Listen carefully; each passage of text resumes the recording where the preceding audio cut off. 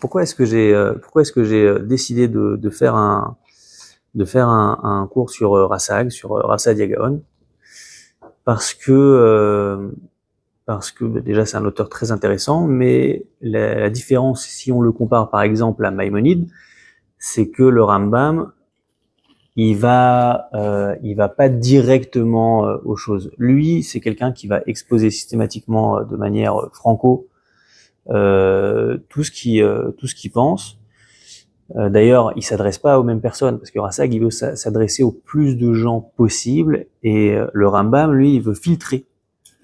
Il veut filtrer les gens qui vont arriver un petit peu à percevoir sa pensée. Donc, quand il écrit le Guide des Égarés, il écrit de manière que ce soit un peu plus un labyrinthe. Et donc, c'est plus facile de réfléchir avec Rasag et d'aller droit au but qu'avec le Rambam. Mais surtout, voilà, Rasag, il a une vie incroyable. C'est quelqu'un qui a fait d'énormes révolutions. En termes de guillaume, c'est un de ceux que les gens connaissent le plus. Exactement, mais il y a plusieurs raisons à ça. Et une des raisons, on verra tout à l'heure, c'est qu'il a été renvoyé d'être un gaon. Et que finalement, ça l'a beaucoup aidé. Aussi, il a parlé de sujets qui touchent qui touchent différents groupes. C'est-à-dire que. Alors, on peut dire de lui qu'il a pas raté un seul débat, une seule dispute dans sa vie. Il les a toutes faites, avec tout le monde. Et en fait, lui, donc il est égyptien, il vient de Fayoum, et il s'appelle Saïd Al-Fayoumi. Saïd Al-Fayoumi. Et il est parti d'Égypte pour aller en Israël, pour apprendre un petit peu chez les massorétiques, chez les Balei HaMassorah. Les Balei HaMassorah qui vont faire les tikkunim du texte qu'on a aujourd'hui. Et il va rencontrer les Géonim d'Eretz Israël. Il va rencontrer les Géonim d'Eretz Israël, et quand il sera en voyage en Syrie, il va entendre parler d'une dispute, à ce moment-là, qui va faire grand bruit. C'est une dispute entre les Géonim et les sages de Babylonie et les Géonim d'Eretz Israël.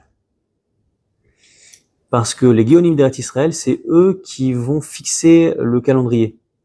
Ils vont fixer à quel moment vont être les fêtes, avec des calculs à l'avance.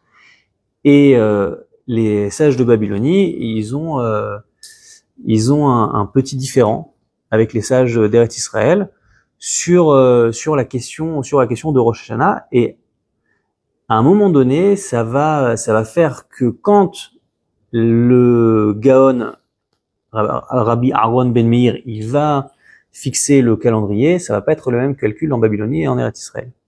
Et donc, pendant quelques années, on va avoir une différente date pour les fêtes entre les Juifs qui sont en Israël et les Juifs qui sont en Babylonie.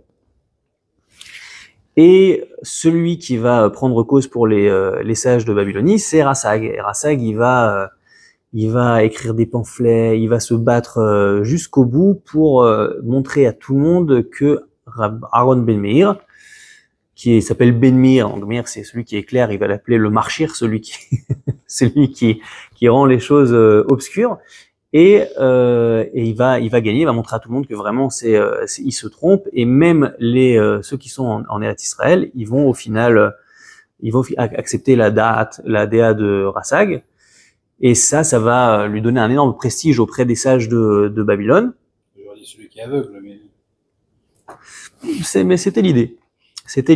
Et ça va lui donner un énorme prestige auprès des sages de Babylone, qui vont même le nommer Alouf. C'est un des personnages les plus importants de la yeshiva de Pumbedita, qui se trouve. Ouais. Mais c'est un de ceux qui sont vraiment mis en avant à la yeshiva de Pumbedita, et qui se trouve d'ailleurs à ce moment-là à Bagdad.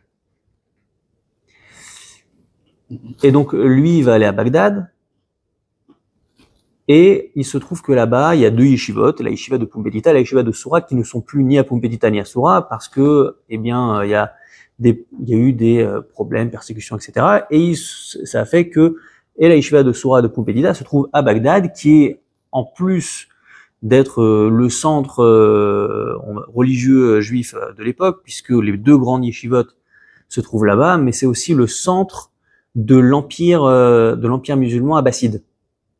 Et c'est donc en réalité c'est un peu le New York de l'Orient et du Moyen-Orient, et aussi l'endroit où va rayonner la Torah à ce moment-là. Maintenant, qu'est-ce que c'est une yeshiva à ce moment-là? C'est pas une yeshiva, c'est pas un endroit où on va apprendre, c'est pas un endroit où il y a des rabbinim et des élèves. C'est un endroit où les gens, quand ils posent des questions à leurs rabbins de communauté et que les rabbins n'ont pas de réponse, les rabbins ils vont envoyer la question au Gaon, qui a un espèce de Sanhedrin avec avec les rangées là. Voilà, exactement, avec des rangées, et c'est ça une yeshiva. C'est une yeshiva, et le Gaon, c'est un peu le Rosh Sanhedrin. Et deux fois par an, en Elul et en Hadar, ils vont trancher les questions que les rabbins des communautés, ils n'ont pas réussi à trancher. Ils ont chacun un territoire sur lequel ils sont archaïs. Et en réalité, il n'y a pas que deux yeshivot, il y a 3 yeshivot, puisqu'il y a aussi la yeshiva du Resh Galuta. Maintenant, le Resh Galuta, c'est qui? Le Resh Galuta, c'est le Rosh Hagolah, c'est celui qui dirige, un peu le chef des Juifs de, s'appelle ça, de l'exil, qui est le chef un peu des Juifs de Babylonie, et à ce moment-là, qui régissent un peu tous les Juifs de l'empire musulman abbasside. Maintenant, d'où est-ce qu'ils viennent ces gens-là? Et ben en fait, traditionnellement, ils sont descendants de David Ameller par le roi Yehoiachin qui a été exilé à Babylone. Et le Resh Galuta, c'est une institution qui dure jusqu'au XIVe siècle. XIVe siècle, ça veut dire que jusqu'au XIVe siècle, beaucoup de Juifs, et à l'époque de Rassak, c'était la plupart des Juifs dans le monde, sont dirigés par un chef qui est descendant de David Ameller. Donc voilà, c'est intéressant. Hein. C'est intéressant, et d'ailleurs il y a eu tout un tas d'histoires intéressantes dans la dynastie des Resh Galuta, parce que avant l'empire arabe, il y avait un empire perse à cet endroit-là, et le Resh Galuta, il avait des relations un peu difficiles avec l'empire sassanide de l'époque, et même à un moment donné, dans une grande période de troubles religieux, et de troubles politiques également, et le Resh Galuta Marzoutra, à peu près au 5e siècle, vers la fin du 5e siècle, il va décider de créer un État juif autonome dans la ville je crois que c'était la ville de Mechosa. Je crois que c'était la ville de Mechosa, qui va durer 7 ans, ensuite il va être écrasé, le Resh Galuta il va être viré de là-bas, il va s'installer en Eretz Israël, c'est lui qui va fonder la yeshiva des Géonim d'Eretz Israël, dont fera partie Aaron Ben Meir, qui ensuite fera la marloquette avec Rasag, et il n'y aura pas de Resh Galuta à ce moment-là en Babylonie, jusqu'à ce que arrivent les Arabes, Omar et Ali, le 3e et 4e calife. Et le 3e et 4e calife qui vont en réalité détruire l'empire sassanide, eh ben ils vont mettre sur un piédestal les Juifs et leurs dirigeants, et ils vont remettre en place le Resh Galuta, l'institution du Resh Galuta. Et celui qui va être le Resh Galuta de l'époque, ça va être Boustenaï. Et Boustenaï, c'est un personnage assez marrant, puisque un des derniers rois sassanides va décider de détruire tout ce qui restait de la lignée de David. C'est ce que rapporte le Midrash. Et dans un rêve, le roi David vient le voir et il dit, si tu continues, ça va aller très mal pour toi. Et ce rêve-là l'a beaucoup bouleversé, comme Pharaon en Égypte, et il appelle des sages pour venir lui expliquer son rêve. Personne n'y arrive, sauf un juif qui se trouve en prison, et il lui explique son rêve, et il lui dit, écoute, c'est que David Ameller, il te dit, voilà, ça va barder pour toi si tu continues dans ta ligne.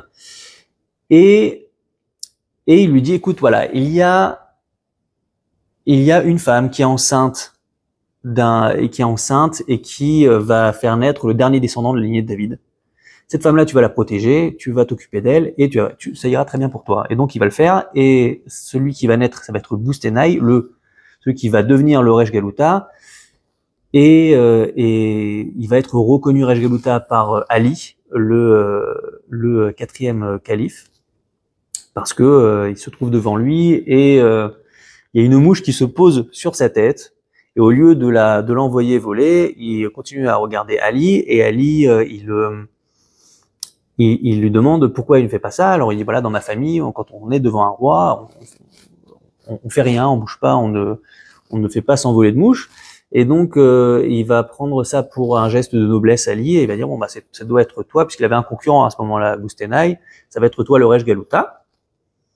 Et plus rigolo encore, il va lui donner sa belle-sœur en mariage à Boustenai. Et sa belle-sœur, c'était la fille du dernier roi sassanide, et donc la dernière princesse perse qui va se marier avec Ali, et sa sœur, elle va se marier avec Boustenai. Donc il est en famille avec Ali, le gendre de Mahomet.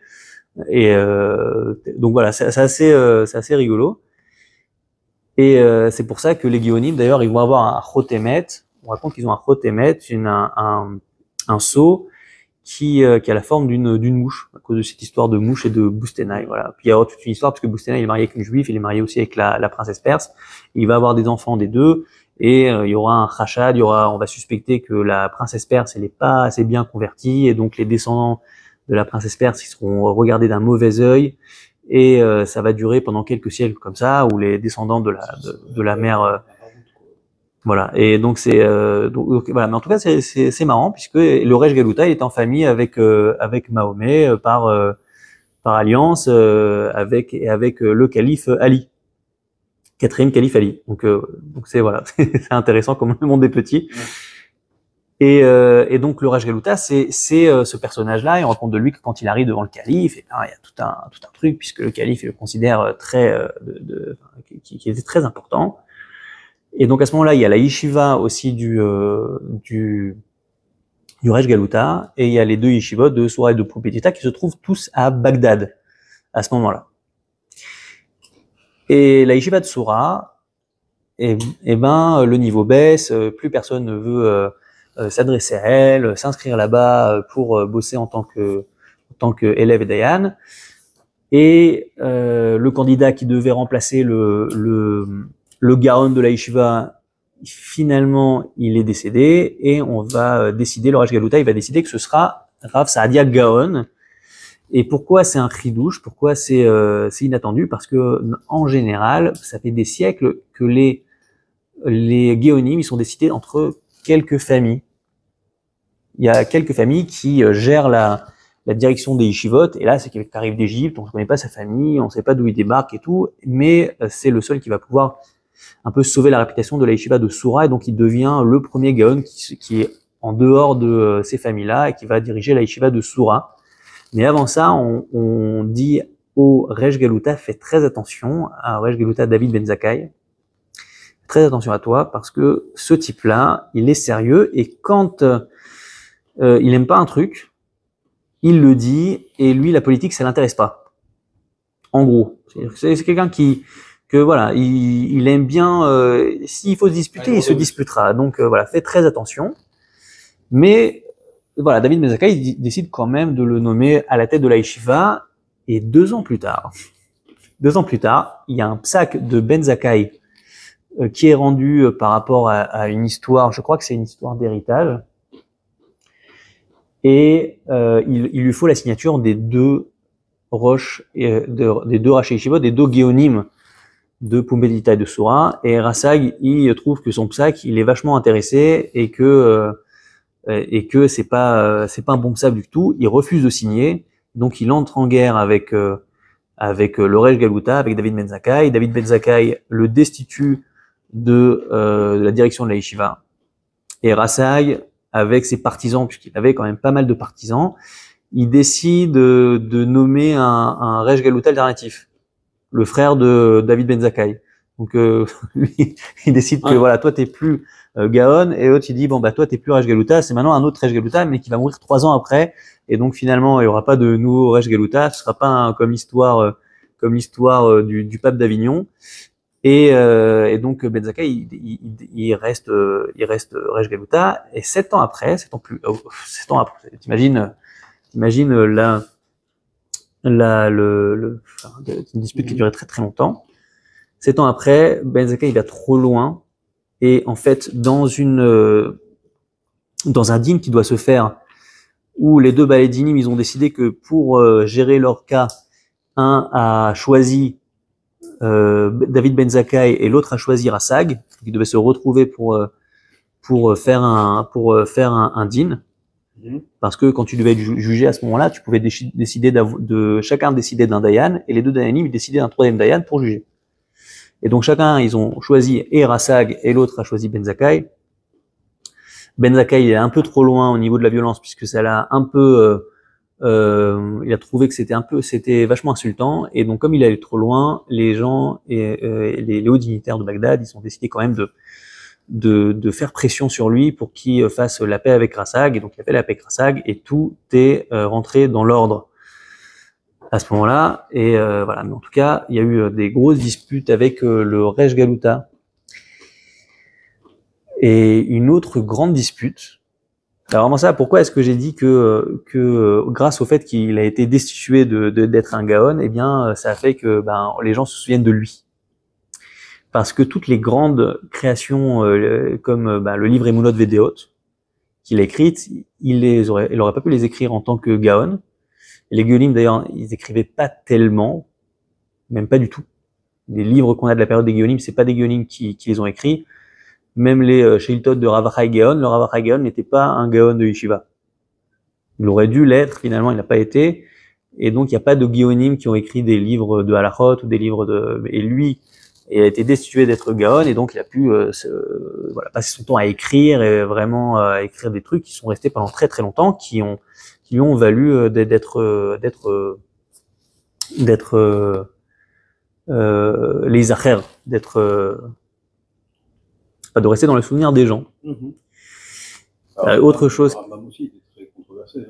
Le Rambam, et d'ailleurs le Rambam, ce qui est intéressant, c'est que lui aussi, il a essayé de damer le pion au Géonim, et il expliquait que contrairement à ce que pensaient les Géonim, il a damé pas mal. Pourquoi? Parce que déjà en écrivant un livre de halachot, comme lui il a écrit, qui est un livre monumental, quand t'as les halachot dans les mains, t'as beaucoup moins besoin des Géonim de Babylonie.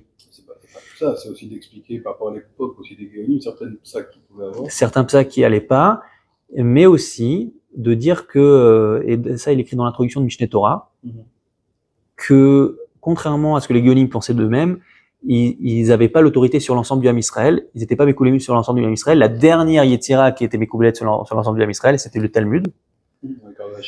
Et pas les Géonim, mais les Géonim, ils pensaient que eux aussi, ils avaient autorité sur tout le Ham Israël et qu'ils avaient force de loi comme un Sanhedrin. Et Rambam, il a imposé il a imposé que non en fait. Il a montré que non et les gens finalement ils ont. Par rapport à son côté d'autorité. Voilà, donc c'est lui, il a aussi damé le pion au Géonim qui à l'époque encore était très puissant et il a expliqué que non, vous n'avez pas de shlita, vous n'avez pas de contrôle sur tout l'Am Israël et donc vous n'êtes pas. J'avais entendu aussi une fois que parce qu'aussi l'époque des Géonim, c'était une époque dans laquelle ils devaient faire certains psakim qui étaient en fonction des lois qui pouvaient les empêcher d'avoir un certain pouvoir. Et pour que certains en fait n'aillent pas dans d'autres tribunaux, ils ont un petit peu négocié avec la loi, quoi. C'est possible. C'est possible pour essayer de garder un certain pouvoir. Mais en tout cas, halakhiquement parlant, Rambam il a expliqué que ça allait pas du tout et que leur autorité ne s'étendait pas sur tout l'Am Israël, donc ils n'avaient pas force de Sanhedrin.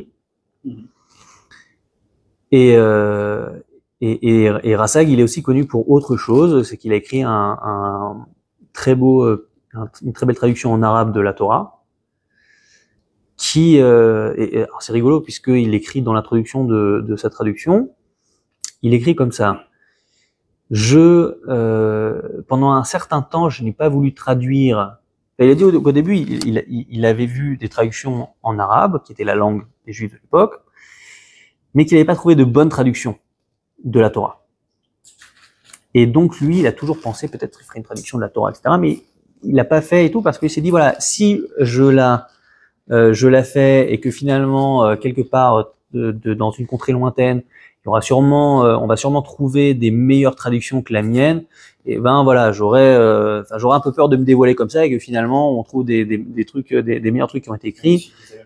Et voilà. Et donc finalement, il l'a fait quand même, et ça a été utilisé par les Juifs dans les pays arabes pendant des siècles, jusqu'au XVe siècle où c'était devenu un arabe littéraire tellement littéraire que ils ont utilisé ensuite des simplifications de la traduction de Rassag, et que ça a même été utilisé par les chrétiens coptes d'Égypte et par certains karaïtes, comme la traduction de base de la Torah en arabe. Donc voilà, pour ceux qui on a encore. Ouais, on a une partie de. On a une partie de la traduction, on a toute la traduction qui a fait. Alors je crois qu'on a une partie de la traduction, il y a une traduction courte et une traduction longue aussi. Je crois qu'on a qu'une partie. Mais en tout cas, voilà, pour ceux qui veulent s'abstenir de faire des projets parce qu'ils pensent que peut-être il y aura quelqu'un d'autre fera meilleur qu'eux, et ben voilà, Rassag il pensait pareil, finalement il l'a fait et c'est devenu lui le patron. Et donc les gens ils se souviennent de lui comme ça, puisque les gens ils comprenaient pas l'hébreu, ils lisaient du Rassag. C'est lui qui avait réussi à faire une bonne traduction de Tafsir en arabe à son époque. Pas un commentaire, il a fait. Alors il a fait une traduction toujours un commentaire, mais il a fait une traduction courte, une traduction longue. Et quelque part, enfin quand tu traduis, déjà tu commentes.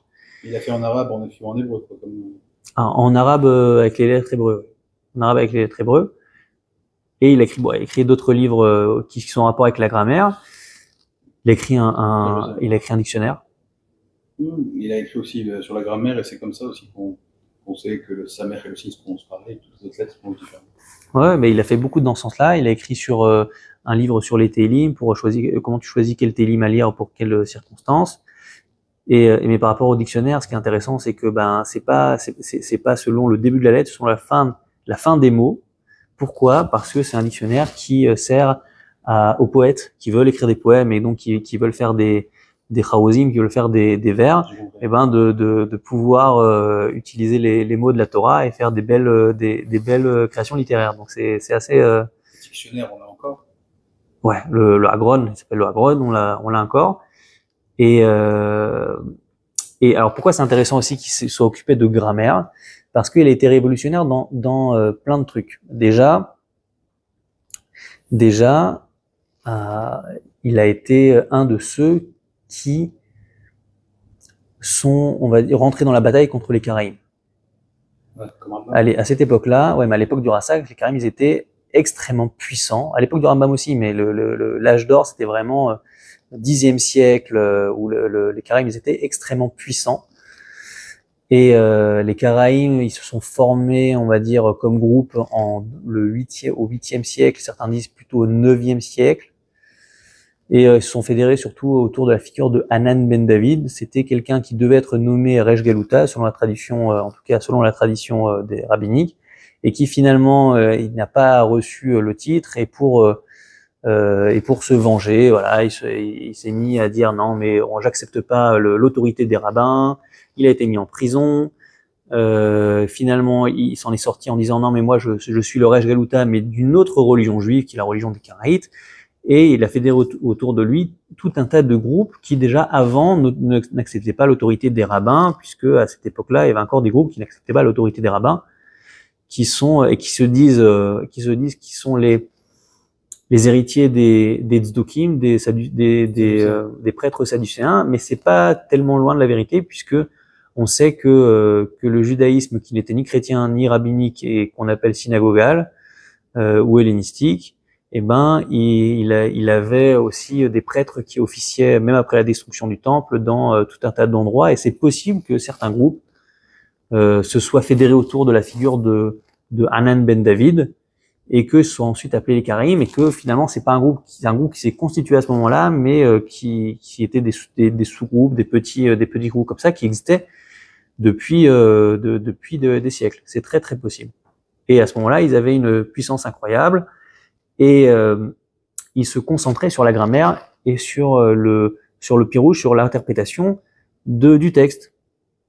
Pourquoi? Parce qu'ils n'acceptaient pas l'autorité des rabbins et l'autorité de la tradition. Et donc, quand un rabbin dit quelque chose, ben, on va vérifier dans le texte qu'est-ce que le texte veut dire. Et donc, il y avait une grande concentration sur la grammaire et sur le sens des mots. Et pour les battre sur leur propre terrain, eh bien, il aura fallu un rabbin qui s'occupe vraiment et qui lance ce truc de grammaire. Et grâce à son expérience chez les Balei Hamasora, le Rassag, il a pu comme ça combattre les Karaïm sur le terrain de la grammaire et sur le terrain également de la philosophie, puisque c'est un de ceux qui a fait entrer la philosophie, mais des Juifs déjà qui s'occupaient de philosophie, mais en tout cas c'est la grande figure rabbinique, la première grande figure rabbinique qui fait entrer la philosophie dans la pensée rabbinique, et qui va l'utiliser aussi pour combattre les Karaïtes, mais pas que. C'est intéressant que le karaïsme, en fait, il naît d'une question purement politique au départ. Alors, moi, je pense qu'il se fédère autour de quelque chose de politique, mais il existait, les groupes qui n'acceptaient pas l'autorité des rabbins existaient bien avant. Oui, mais, effectivement. Mais rien n'empêche de dire, c'est-à-dire que, par exemple, tu prends Hanan Ben David, lui, par exemple, tant qu'il avait la possibilité d'être Resh Galuta, il disait rien. Mais le fait que ça n'a pas été lui, c'est à ce moment-là qu'il a eu ce côté de manque de confiance parce que... Voilà. Après, les Karaïm diront, non, mais ça, c'est de la propagande rabbinique. Nous, voilà, c'est pas du tout, on n'a pas attendu Hanan Ben David. En tout cas, c'est comme ça c'est comme ça qu'on se souvient de lui, de Hanan Ben David.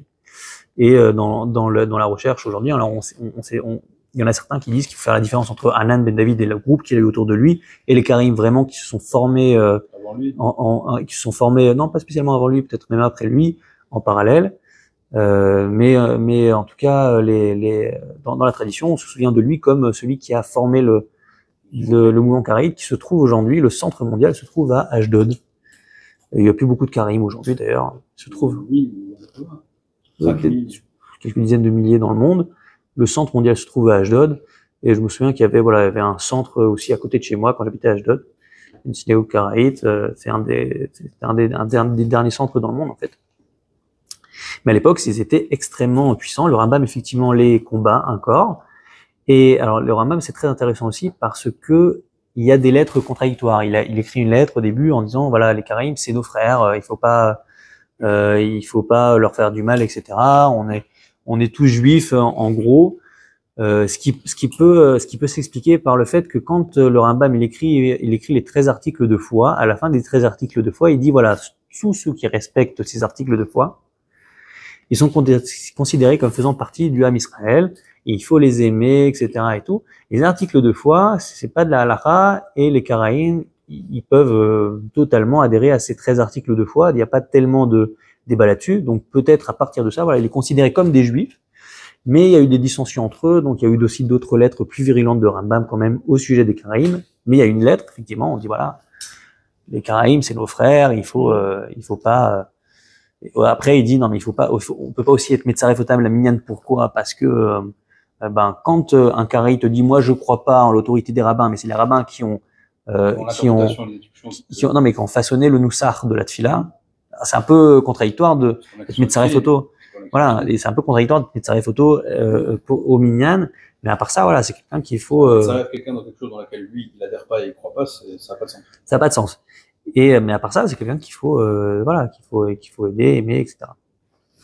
Donc Rambam, voilà, et donc il combattait les Karaïm aussi, mais il y avait quand même une certaine. Aujourd'hui, je connais pas beaucoup de gens qui ont une haine envers les Karaïm de tous les façons. Aujourd'hui, c'est pas difficile, mais ils sont plus tellement, voilà, ils sont plus tellement dangereux entre guillemets pour. Mais à l'époque de Rassag c'était vraiment le premier rabbin d'importance qui va les combattre, et s'il n'avait pas été là, c'est possible que nous serions aujourd'hui tous karaïtes, ce qui est aussi intéressant parce que le Ramban dans son introduction au Sefer Mitzvot du Rambam, eh bien là-bas, il va dire que le problème des Karaïtes, c'est pas qu'ils sont contre la tradition, mais c'est ils représentent pas la totalité du peuple. C'est pas le rov, c'est pas la plupart du peuple, et donc c'est les rabbins qui gagnent.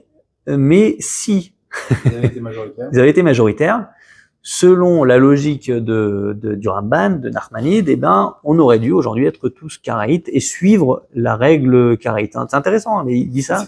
Il dit ça dans le Shoresh Hasheni. Hein. C'est pas que l'avis du Ramban, la preuve, c'est que il y a des choses, par exemple, dans la halakha qu'on n'a pas le droit de faire, d'accord, parce que, par exemple, c'est pas le minhag du pays, c'est pas machin, ce que tu veux. Mais si on se trouve, on va dire qu'on est que des juifs, et que la majorité, ils transgressent cet interdit-là, bah, ça devient permis. Alors c'est pas transgressé, c'est-à-dire il donne une autre interprétation. Non, même si on considérait que c'était une forme de transgression, d'accord, au départ, bah, en fait, il y a ce côté-là, ça veut dire que quand la majorité du Ham Israël, ça veut dire, il décide sur quelque chose, ça a un poids, c'est pas... Exactement, puisque en fait, le Sanhedrin, c'est quoi? Dans cette optique-là, le Sanhedrin, c'est pas ceux qui décident pour tout le monde, c'est ceux qui représentent le peuple et qui canalisent en fait qui légifèrent en conséquence. Voilà, mais qui canalisent la volonté du Ham Israël et qui donc le poids, il est... à travers d'un cadre législatif qui est la Torah écrite. Exactement. Voilà, mais d'ailleurs le Rabbi Yosef Karo, dans le Kesef Mishneh, il pose la question sur la relation entre les Tanaïm et l'Amoraïm. Il dit comment est-ce que ça se fait que les Tanaïm ils ont été Mekoubalim, ils ont été reçus comme autorité par les Amoraïm. Et il dit c'est pas parce qu'ils sont avant, puisqu'on voit bien qu'il y a des Tanaïm tardifs qui vont ou des Amoraïm tardifs qui vont débattre avec des Amoraïm qui viennent avant. Donc c'est pas une histoire de celui qui vient avant ou après. Il dit c'est juste, ce sont des rabbins à qui ils ont accepté leur autorité. Mais il y a toujours une histoire d'acceptation d'autorité. Mm-hmm. Et donc le Sanhedrin, c'est celui qui est accepté par tout le Ham Israël et qui peut légiférer en ce sens. Il faut définir le Ham Israël. Voilà, c'est ça qui va être compliqué aussi. Et ensuite le mettre d'accord. En plus, il y a par rapport à la question du Sanhedrin, il y a plusieurs avis de comment on forme un Sanhedrin. Le Rambam, par exemple, il va te dire qu'il faut prendre tous les sages d'Eretz Israël, d'accord, qui eux donnent une smicha à une personne, d'accord, et en fonction, j'ai entendu justement des rabbamites qui parlaient de ça, une smicha à une personne, et cette personne pourra avoir une vraie smicha. Mais c'est un des avis. Il y en a qui disent qu'il y aura quand il y aura Mashiach. Il y a eu cet essai-là de refaire la smicha, mais il y a eu une itnagdout, surtout des sages de Jérusalem. Oui, tu parles oui, parce que je parle à Tzfat. Ouais. Oui, à Tzfat. Il y a eu un essai, finalement, ça pas. Il y a un essai avec 25. Ça le fait pas. En tout cas, c'était pas la position du Rambam. Rambam, lui, c'était tous les sages d'Eretz Israël. Oui, mais c'est pour ça qu'au final, ça n'a pas marché. Et il y a eu une grande itagdout entre les Kehilot. Et finalement, avec les Rav Ovadia et tout ça, il y était 700 rabbanim qui ont fait ça avec aussi une sorte de truc par rapport à une sorte de smichouk. Mais en tout cas, ça n'a pas, jusqu'à aujourd'hui, ça remarche pas tellement. Et donc le Rassag, il a combattu également les Karaïm. Et pourquoi est-ce que c'est un grand révolutionnaire, le Rassag? On a dit, c'est un des premiers qui vient faire rentrer la philosophie pour essayer d'un petit peu décortiquer les questions de Emouna. C'est le grand rabbin qui vient faire rentrer ça. Il va investir les questions de grammaire. Il va faire une traduction en arabe de la Torah, mais surtout il faut comprendre qu'à l'époque, les Géonim, on a dit qu'ils écrivaient pas parce que à ce moment-là, la sagesse elle était orale. Pendant des siècles, on n'écrit pas. Il n'y a pas de livres qui sont écrits par les Géonim. Il y a très peu de livres qui sont écrits à l'époque, très peu. Et même les copies du Talmud, il y en a pas tellement, et on étudie encore par cœur dans les yeshivot. Je sais qu'il y a le côté par cœur, il y a aussi le côté qu'en fait chaque élève pouvait apprendre. Il y avait des gens qui apprenaient un traité ou plusieurs trucs par cœur. Alors un traité par cœur, c'était les baléas de Swat qui faisaient ça, mais il y avait effectivement des gens, et leur tafkid à eux, c'était de réciter tout le temps, toute la journée, pour être sûr d'avoir le nosar. Et voilà, à ce moment-là, il y a déjà des copies du Talmud qui sont en formation, qui se baladent et tout, donc c'est un peu plus facile. Mais la plupart de l'étude et de la transmission, elle se fait oralement. Le Gaon, il donnait une macérette à étudier à la maison pendant les mois de vacances, les mois de vacances de la yeshiva. Et quand il venait pour faire la psycha parce qu'il restait un mois entier à la yeshiva pour faire les psychotes de tous les problèmes qui ont été envoyés, en même temps, ils étaient examinés sur leur macertote devant le Gaon. Et mais à l'époque, voilà, c'était oral. Pourquoi? Parce qu'on ne faisait pas confiance à l'écrit. Parce que quand t'écris un truc, ben finalement, n'importe qui peut lire et mal le comprendre, et donc c'est mal transmis. Il y avait une histoire comme ça où la transmission, c'est seulement quand tu te trouves en face et tu sais vraiment si l'élève il a compris. Sinon, tu sais pas qui c'est qui peut lire. Et on n'écrit pas pareil d'ailleurs quand tu lis les drachot des chassidim qui font à la Souda Shlichit, qui sont retranscrits dans tout un tas de livres des premières époques de la chassidoute, tu vois que le discours il est beaucoup plus fluide, beaucoup plus, on fait passer des messages beaucoup plus rapidement. Parce que il n'y a pas de narratif dans le, quand tu vas voir des trucs comme le texte du Talmud, c'est principalement des discussions et tout le reste, mais sur de la législation. Donc l'esprit du texte, c'est très compliqué de le mettre, enfin l'esprit de la loi, c'est très compliqué de la mettre à l'écrit. C'est pour ça que d'ailleurs quand tu vas voir c'est ça. Quand tu vas voir la Torah écrite,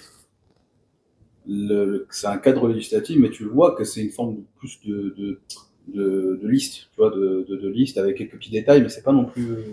Bah ça, alors c'est ça qui fait que qu'il y avait une certaine réticence de mettre les choses par écrit du côté des Géonim. D'ailleurs, c'est par exemple la raison pour laquelle Platon il écrit des dialogues, parce que même quand il met à l'écrit, mais il veut que ça reste quelque chose de vivant, quelque chose qui soit pas totalement de l'écrit. Et donc il y a une réticence du côté des Géonim de mettre les choses par écrit, et à cette époque, en plus de ça, même la société arabe, c'était une société orale de base, et c'est ça qui est intéressant, qui va avec l'époque abbasside commencer à se transformer en une société de l'écrit.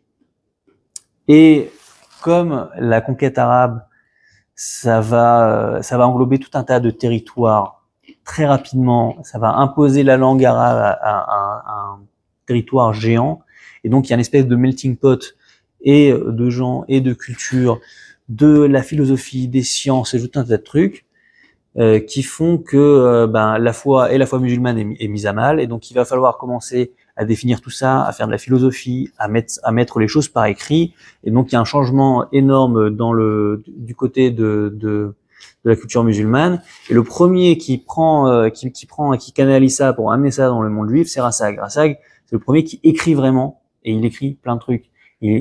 À part sa traduction, il écrit son livre de philosophie, il écrit des livres de grammaire, des pamphlets,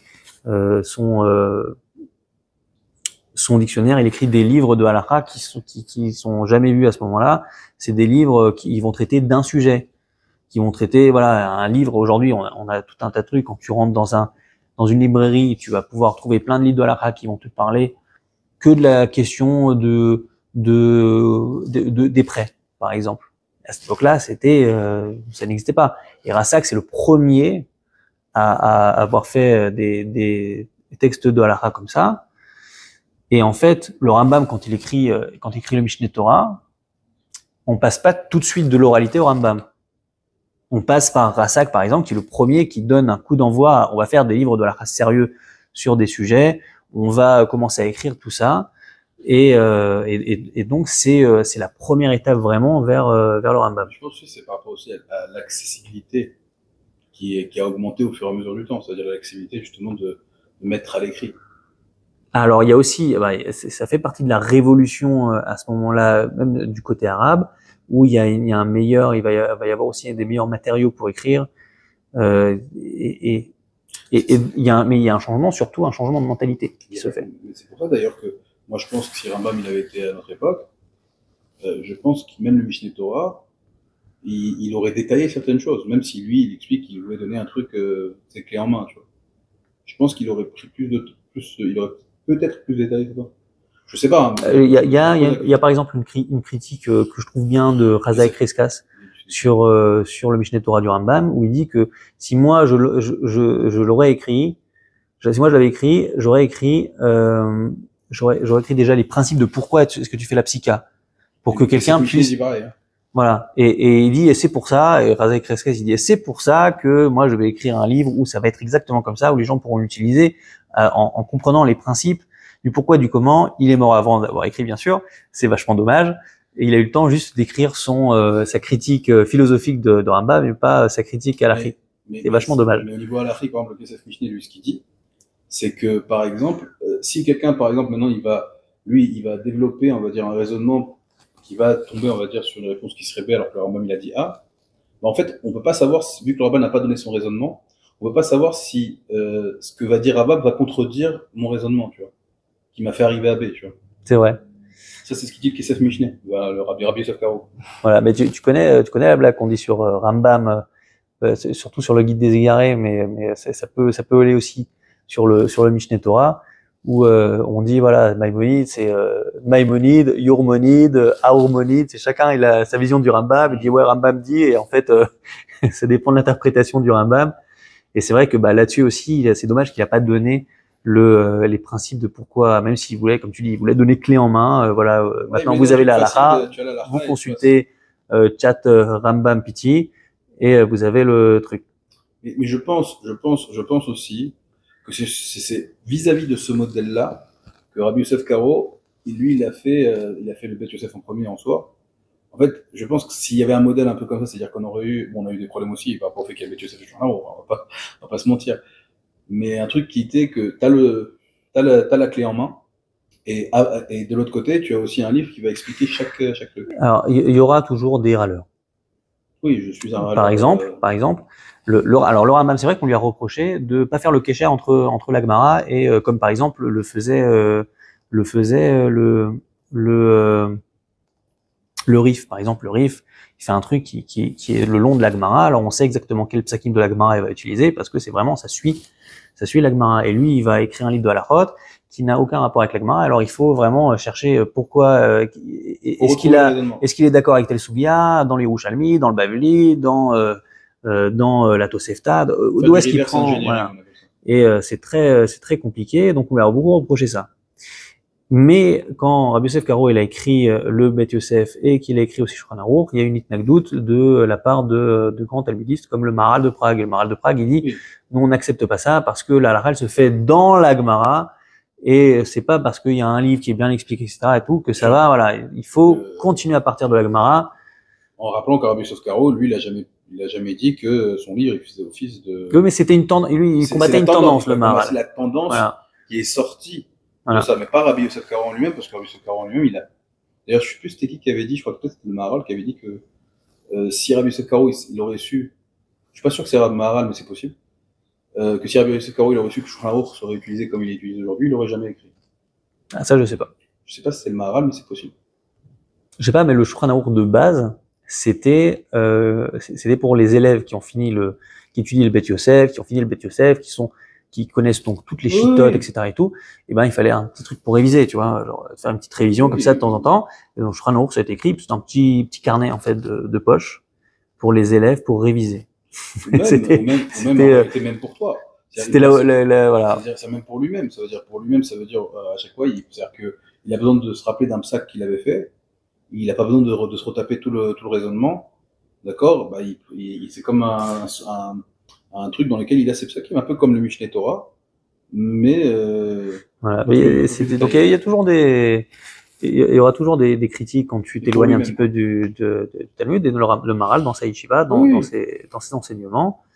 Mais le Maharal, ça a été un Mahapran aussi dans d'autres trucs, hein. C'était aussi quelqu'un qui a ouvert des portes. Et c'était aussi quelqu'un d'aussi intraitable que Rassak d'ailleurs, hein, parce que il s'est fait virer aussi de son poste parce que il aimait bien dire ce qu'il pensait. Donc là-dessus, il ressemble beaucoup à Rassak. C'est bizarre hein, que nous on garde en tête et on aime surtout ceux qui sont controversés, tu vois. Parce qu'en réalité, c'est les figures principales. Parce que finalement, ils viennent répondre à des problèmes. Oui, c'est-à-dire que Rassak, il y a un problème, les gens ne gèrent plus l'hébreu, je vais écrire des livres de grammaire, les gens savent plus lire l'hébreu, je vais écrire une traduction en arabe, descendre au niveau du peuple. je vais leur apporter de la philosophie, je vais leur apporter plein de trucs. Le Maharal, c'était les gens ne comprennent plus comment on doit appréhender le Midrash, je vais écrire tout un tas de trucs, il a rendu célèbre du Maharal, c'est sur ça, c'est dire voilà, j'ai lu le livre de Azaria Derossi sur mais c'est n'importe quoi ce qu'il écrit sur les Midrashim, je veux rendre leur prestige au Midrashim. Et donc il écrit ses livres très tard d'ailleurs. Il écrit ses livres très tard. Donc ils viennent toujours, en fait, quand ils écrivent un livre, ils viennent toujours répondre à une problématique. Oui, Rambam, il répond à une problématique. Il explique d'ailleurs, il dit voilà, moi je vois. C'est-à-dire que Rambam, il a beau avoir son aspect élitiste, mais de l'autre côté, il arrive quand même à descendre au niveau du peuple. Alors oui. C'est ça aussi qu'on peut voir aussi à ce niveau. Au niveau de la problématique, résoudre une problématique, en général, c'est aussi descendre au niveau du peuple. Alors moi je pense pas que Rambam il soit élitiste. Non, je son pense, aspect élitiste. Je pense qu'il a une vision du monde où effectivement il y a les élites et il y a le peuple, mais c'est pas dans le sens où ce peuple là machin, c'est justement il faut les aider, mais il faut regarder la réalité, c'est que pas tout le monde est capable d'eux, donc moi je vais faire en sorte de les aider un petit peu et de leur donner ce qu'ils ont besoin pour avancer. Quand je t'ai dit, aujourd'hui on n'aime pas dire qu'il y a des élites machin, des élites intellectuelles. Je suis pas dans ça, mais en tout cas, c'est vrai que je dis malgré son côté élitiste, c'est-à-dire pour montrer qu'en fait c'était moins tranché que ça. En réalité, c'était beaucoup plus fluide entre à peu près ce que tu viens de dire.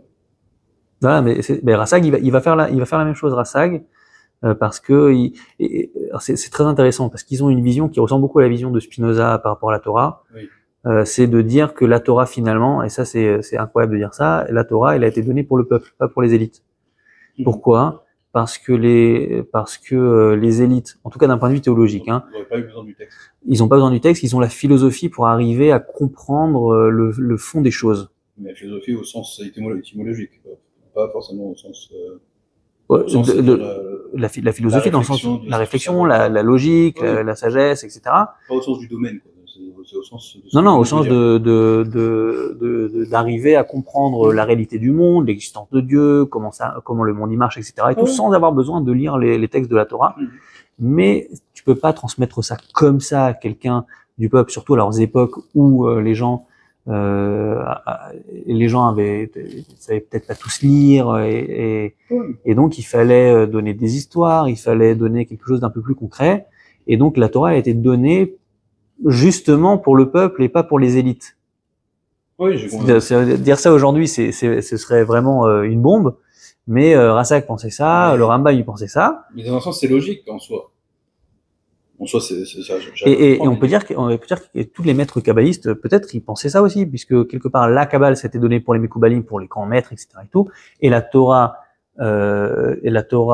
exotérique, la Torah découverte, elle a été donnée pour le peuple, parce que ils pouvaient pas tout de suite commencer par le Sod, et donc il fallait donc ça peut aller aussi dans ce sens-là. Bon, moi j'ai un peu ta position sur certains trucs par rapport à le Sod. Pour moi, je pense qu'il y a eu un problème en route, mais ça c'est mon avis. Oui, non, mais je parle pas si je parle du point de vue aussi des Mekoubalim. Il y a aussi une distinction entre que la Torah elle a été donnée pour le peuple. Elle n'a pas été donnée pour les élites. Pour les élites, c'est le Sod, c'est l'interprétation du Sod. Tu sois d'accord ou pas avec l'existence de cette interprétation.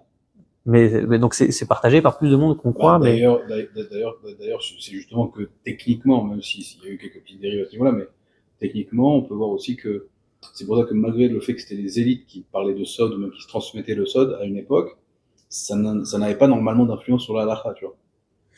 Alors oui, ça c'est un autre truc, effectivement, ça n'avait pas d'influence sur la halakha. Ça commence à avoir une petite influence sur la halakha pour régler des problèmes de sfekot, mais pour régler des problèmes de sfekot, hein, pas pour se baser dessus de base. Ok.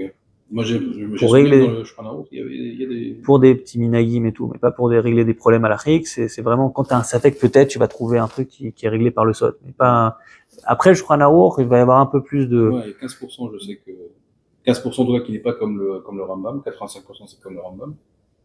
Mais 15%, il y a aussi un peu de Kabbalah, de Sod, un peu de Zohar. Alors 15%, je sais pas, parce que après c'est tout un autre truc, hein, parce que le Shulchan Aruch, il va se baser sur trois personnes pour faire son psak, et une des trois c'est le Rambam, et donc et donc c'est au moins 50% des psakim selon le Rambam. Hein? Donc, il y a au moins 50% des psakim qui vont selon le Rambam, puisque c'est quand il y en a 2 contre 1, on va aller dans le sens des 2. Donc, tu vas avoir des fois où les 3 sont d'accord. Tu vas avoir des fois où le Rambam et un autre vont être d'accord. Et donc, tu vas avoir au moins 50% des trucs qui vont aller dans le sens du Rambam. Cette logique ne marche pas.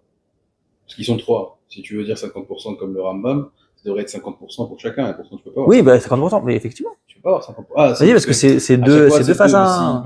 Oui, des fois, c'est 3 qui vont dans le même sens, des fois, c'est 2 face à 1. Parfois, les 3 ne vont pas dans le même sens. Ni l'un par rapport à l'autre, ni l'autre par rapport à l'un. Donc, comme il y a très peu de psakim, en réalité, qui vont aller, ça veut dire, tu vas avoir, je vais dire ça à l'envers, tu vas avoir moins, J'ai compris ce que tu as voulu dire. Bon, alors. mais en tout cas, moi, de souvenir, il y avait 85% à peu près que c'était pareil que Rambam. De ce que. C'est assez logique, selon la technique qu'il a utilisée. Mmh. Et donc voilà, donc t'as le Rassag qui va faire une révolution au niveau de l'écrit. Il va faire une révolution au niveau de l'écrit, qui va commencer à écrire et à rentrer la philosophie dans la Torah, la grammaire dans la Torah, la halakha qui va répandre des nouvelles manières d'écrire la halakha et de faire la halakha. Et donc par rapport à tout ça, c'est un gigantesque pas en avant. Et s'il y avait pas Rassag, aujourd'hui on aurait des communautés d'Eretz Israël et de Babylonie qui font pas Yom Tov le même jour. Oui. on ne serait peut-être karaïte. C'était vraiment lui qui a stoppé en premier l'avancée des Karaïtes.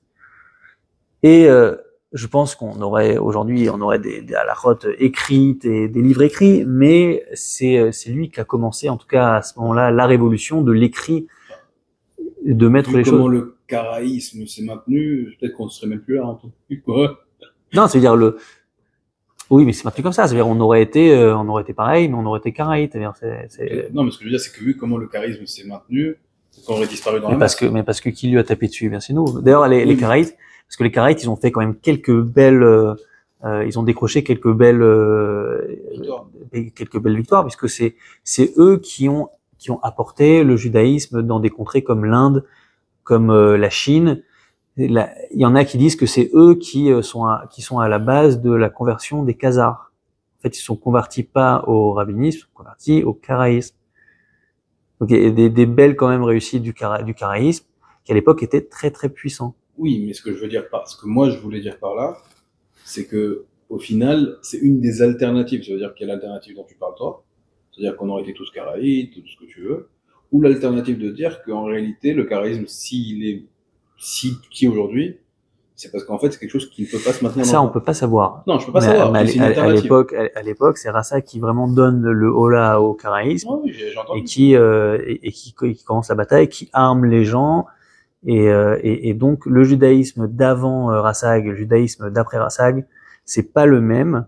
C'est vraiment parce qu'en général on dit entre le judaïsme du second temple ou même du premier temple et notre judaïsme, c'est pas le même judaïsme. Mais c'était aussi le cas de avant et après Rassag. Avant et après Non, parce que c'est pas le même sur certaines nuances. Alors que j'ai Rassag, c'est un judaïsme totalement différent où la Torah, elle est pas que dans une langue sainte qu'on comprend pas. Les halachot, ils sont pas que dans l'oralité de certains rabbins qui sont des dayanim, qui comprennent.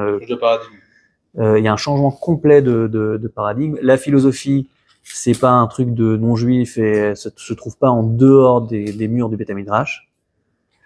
Et on peut aussi dire à partir de Rassag que pour comprendre l'existence de Dieu, on peut utiliser de la philosophie. C'est lui aussi qui donne le coup d'envoi aux études de grammaire dans l'Am Israël. Je sais. C'est parce que c'est ses élèves à lui qui vont vraiment lancer le truc comme Dounash Ben Labrat. Et tu as bien le seul. Mais voilà, c'est le judaïsme d'avant Rassag et après Rassag. Et ben c'est plus le même. C'est lui qui a réussi à canaliser ce qui se passait dans le monde arabe, à le rentrer dans l'âme Israël, parce que comme c'était un rabbin influent, mais qui avait aussi pas peur et c'est un génie. C'est un génie aussi en même temps. Il portait bien son titre. Et donc voilà, donc c'est vraiment on passe du judaïsme de la Gemara qui était encore un peu pratiqué dans les institutions par les Géonim de Babylonie à vraiment le judaïsme du Moyen Âge, de l'écrit, de la halakha écrite, de la philosophie, c'est plus le même monde. Voilà. Et ça, c'est Rassag qui fait le passage. Et c'est pour ça qu'on dit qu'on se souvient de lui comme étant le premier philosophe juif. C'est pas vrai, mais c'est le premier qui donne le coup d'envoi à tout un nouveau paradigme. Je sais pas, je me dirais que je me trompe, mais j'ai plutôt l'impression qu'il y avait un paradigme qui arrivait jusqu'à Ravashi, qui à un moment avait une période de blanc, et que en fait, Saadia Gaon, en fait, il a relancé le truc. Il a relancé la machine. C'est-à-dire comme si quel paradigme? Parce que justement, le paradigme de la Gemara, du Talmud, il continue avec les Géonim. C'est-à-dire, c'est le même état d'esprit. C'est vraiment les. Ils écrivaient quand même, ça veut dire à l'époque. Hein. Qui? À l'époque du Talmud, ça veut dire. Alors. D'ailleurs, il y avait même certains trucs comme. On en parle parfois dans la Gemara, c'est même par rapport à des trucs de Kabbalah, ça veut dire le Sefer Yetzira et tout le reste comme ça, tu vois. Alors, ils écrivent, même si tu dis qu'il y avait des copies à ce moment-là de la Mishnah et du Talmud, qui n'a pas été retrouvé, c'était vraiment très très peu de copies. C'est-à-dire que c'est pour ça que je te dis pour moi, il est reparti sur une lancée mais il a relancé de manière beaucoup plus forte, tu vois. Mais pour moi, j'ai l'impression que c'est comme si il relançait quelque chose qui avait été entrepris à la base. Alors non. Aujourd'hui, dans la recherche, par exemple, on se crible le chignon pour savoir si le Talmud c'est une création tardive du 10e, 11e siècle ou vraiment que c'est à l'époque où le Rav Shra Gaon il nous explique que c'est, mais que c'est à l'oralité. Okay. On n'a pas retrouvé de manuscrits, on n'a pas retrouvé de choses écrites à ce moment-là. Mais il est possible que la Mishnah, elle a été mise en place à l'oral, c'est-à-dire que c'était justement quand tu lis la Mishnah, c'est pas un texte qui est explicité, tu peux le réciter, c'est un texte à réciter. Mais dans un scénario dans lequel il y aurait eu peu de copies, de toute façon, on n'aurait pas trouvé. Alors les seules copies qu'il y avait, c'est l'intuition de chercheurs comme Saul Lieberman et tout. Et dans la Gemara elle-même, on parle de Megillot Starim ou de choses comme ça. Et c'est l'intuition aussi du Rambam qui dit que la Mishnah de base, elle a été écrite à partir de carnets de Rabbi Yehuda Hanassi. Parce que à l'époque, on étudie à l'oral, mais chacun avec son petit carnet, ou pas oublier, donc il écrivait trucs. Et à partir des carnets de Rabbi Yehuda Hanassi, il se l'était écrit pour pouvoir se rappeler. Donc c'était des carnets à réciter en fait. Et ben on a fait la Mishnah. Et donc la Mishnah, c'est une création qui sert à être récitée à l'oral. Et alors déjà la Gemara c'est un peu différent puisque tu sens que c'est un texte plus compliqué déjà. Mais on ne sait pas exactement à quel moment il a été fini, à quel moment il a été mis à l'écrit, mais on sait surtout que au moment des Géonim, il n'y avait pas encore vraiment beaucoup de copies du Talmud. Il y en avait peut-être très peu qui étaient utilisées pour vérifier qu'on se trompait pas. Oui, mais justement. Et des copies pas finies, enfin des manuscrits qui n'étaient pas finis. Je veux dire que l'une des raisons pour lesquelles je pense aussi que la question se pose même dans le milieu universitaire, c'est peut-être parce que justement le nombre de copies, comme tu as dit, c'est-à-dire c'était peu quoi.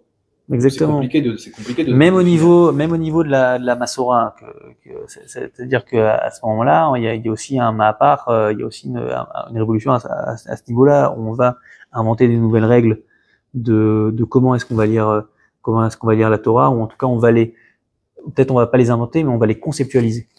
On va les conceptualiser et on va fixer un canon.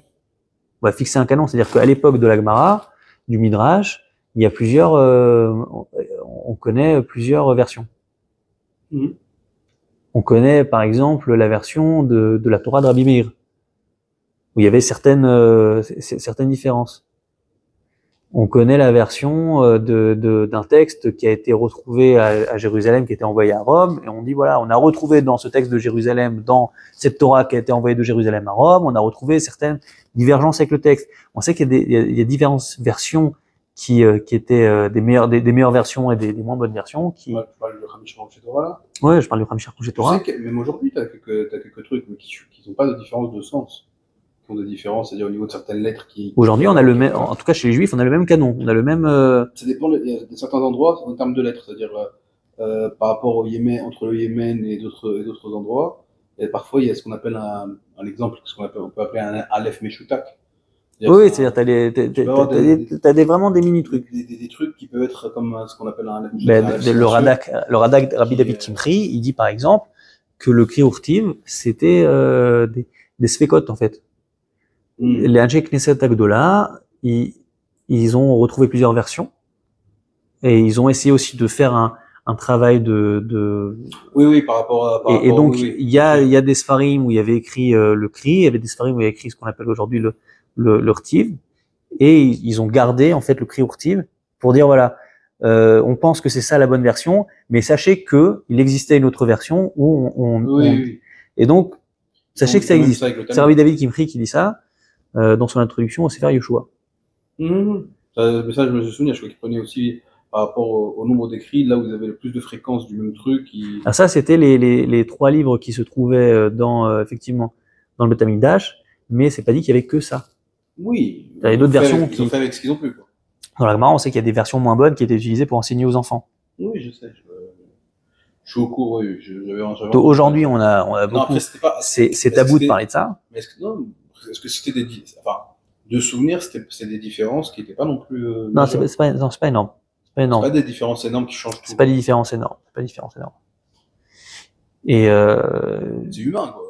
Mais on a une fixation du canon à ce moment-là, puisqu'il y a il y a comme on a une fixation des dogmes entre guillemets.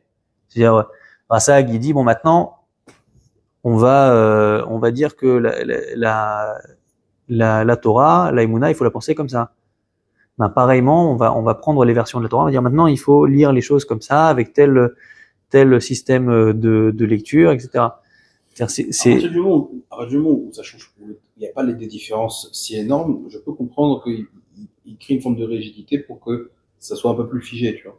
En général, c'est dans les périodes de trouble, les périodes où tu sens qu'il va y avoir un passage à autre chose, qu'il y a un besoin de dire c'est ça et pas autre chose.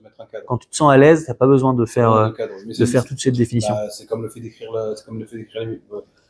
d'écrire les Mishnah, exactement, mais pareil. La Torah orale, quand tu es dans un pays dans lequel tout le monde maîtrise la langue. C'est pour ça que tu remarqueras. Tu peux garder une oralité. Mais dès que tu te retrouves en diaspora, que les gens ils commencent à ne plus maîtriser la langue, et tout le reste, tu es obligé de mettre. Tu remarqueras que avant, c'est après la période des Géonim qu'on commence à retrouver vraiment des manuscrits du Talmud. Et avant, pourquoi? Il y en avait peut-être, mais pas beaucoup, parce que on avait l'oralité et pas besoin d'écrire. Mais encore plus de cas. D'ailleurs, une des choses qu'on dit justement sur les écrits qu'on met par rapport aux Géonim, c'est que même quand tu étudies le Talmud, par exemple, on se sert souvent des Rishonim par rapport à la question de la halakha, et les Géonim, on se sert parfois pour éclaircir des parties du texte, parce qu'ils étaient plus proches, eux, de cette époque-là, donc ils avaient au niveau du langage et au niveau de la vision des choses qui peuvent permettre pour nous de comprendre, tu vois. Parce qu'ils comprenaient plus facilement ce que le texte disait, parce qu'ils étaient plus proches de l'époque. Et donc par rapport, tu vois, quand on dit en fonction des différentes époques, le fait de dire telle chose, ça veut pas dire pareil. Ouais, c'est vrai. Et c'est pour ça que d'ailleurs peut-être qu'à l'époque des Géonim, ils avaient moins besoin d'écrit que. Il y avait aussi une différence de paradigme. Non, tu sentais que c'était pas. J'ai pas enlevé ça, j'ai rajouté un facteur, je crois. En termes de facteurs supplémentaires. Ils fonctionnaient différemment. Oui, ils fonctionnaient différemment. Mais effectivement, ils avaient mis en place des systèmes qui faisaient qu'ils n'avaient pas besoin. Il y avait des gens qui récitaient toute la journée. Oui, mais c'est un état de fait, le fait qu'ils étaient moins loin en fait de cette période-là. C'est un état de fait, donc en fait qu'ils avaient moins besoin d'écrire. Il y avait besoin, alors peut-être pas d'écrire, mais de commenter. Alors de commenter. Peut-être pas d'écrire, mais plutôt de commenter. De commenter, parce que. Par exemple, quand on va dire, quand on va parler d'apikoursim, de qu'est-ce que c'est un apikoros, dans la Mishnah, on n'a pas besoin d'expliquer ce que c'est. Puisqu'à cette époque-là, on connaît l'apikorosim. Oui. Mais après ça, les Amouraïm, les Géonim, on sait plus trop ce que c'est. On connaît pas vraiment au niveau de la notion directement. Donc on va donner des interprétations, on va expliquer. Je pense que Rav Saadia Gaon, il est arrivé à un moment, à un pic. Ça veut dire que ça se passe en général comme ça, parce que sinon, Rav Sadiagon, pour qu'il puisse écrire justement ses livres sur la grammaire que les gens commençaient à perdre, c'est qu'on lui a transmis déjà. D'accord? Pour qu'il puisse l'avoir. Et je pense que lui, il est arrivé à un moment où il était au pic d'une transmission que lui, il a reçue, et que ça allait, et qu'à ce moment-là, il voyait que ça risquait de se perdre, donc. Pas que, parce que même quand il y a une langue qui se crée, alors les règles, elles peuvent s'écrire après. C'est-à-dire que mettons que tu as tout un village, qui parle un certain patois. Personne ne s'est jamais posé la question de quelles sont les règles du patois. Mais le jour où quelqu'un décide de dire maintenant, on veut, je sais pas, on veut montrer à l'académie qu'on existe, et donc on va leur expliquer c'est quoi notre langue, et donc on va leur expliquer c'est quoi les règles. On va conceptualiser les règles qui sont intuitives. Tu veux dire que le fait qu'ils, je donne un exemple pour illustrer, le fait qu'ils disent par exemple qu'il y a que le sin et le samer qui se prononcent de la même manière, je donne ça pour un exemple. C'était pas écrit, mais on le savait. C'est pas forcément, c'est possible qu'il avait reçu par transmission, mais c'est possible aussi qu'il l'ait déduit par rapport à comment les gens le prononçaient autour de lui. Voilà, il y a quelque chose qu'il a reçu, qu'il a appris, il a rencontré des maîtres, des maîtres de la Masorah, mais il y a aussi des choses que il a conceptualisées, mais qui étaient, ou des choses qui ne se faisaient pas peut-être encore. Par exemple, il y a un livre où Rassag il dit non mais il faut pas coller les lettres, tu vois, genre l'un n'empêche pas l'autre. Ok. C'est un truc.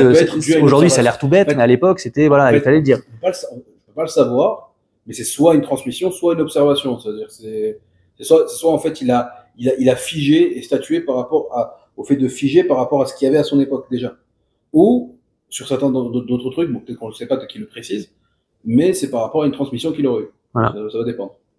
Donc voilà, donc ça c'était un peu l'image, enfin c'est un peu le personnage Rassag, et ensuite on fera l'introduction où il va vraiment nous expliquer pourquoi est-ce qu'il a écrit son livre Emunot Vedeot, et nous expliquer sa vision un petit peu de comment est-ce qu'on arrive à la connaissance, comment est-ce qu'on peut arriver à la connaissance de choses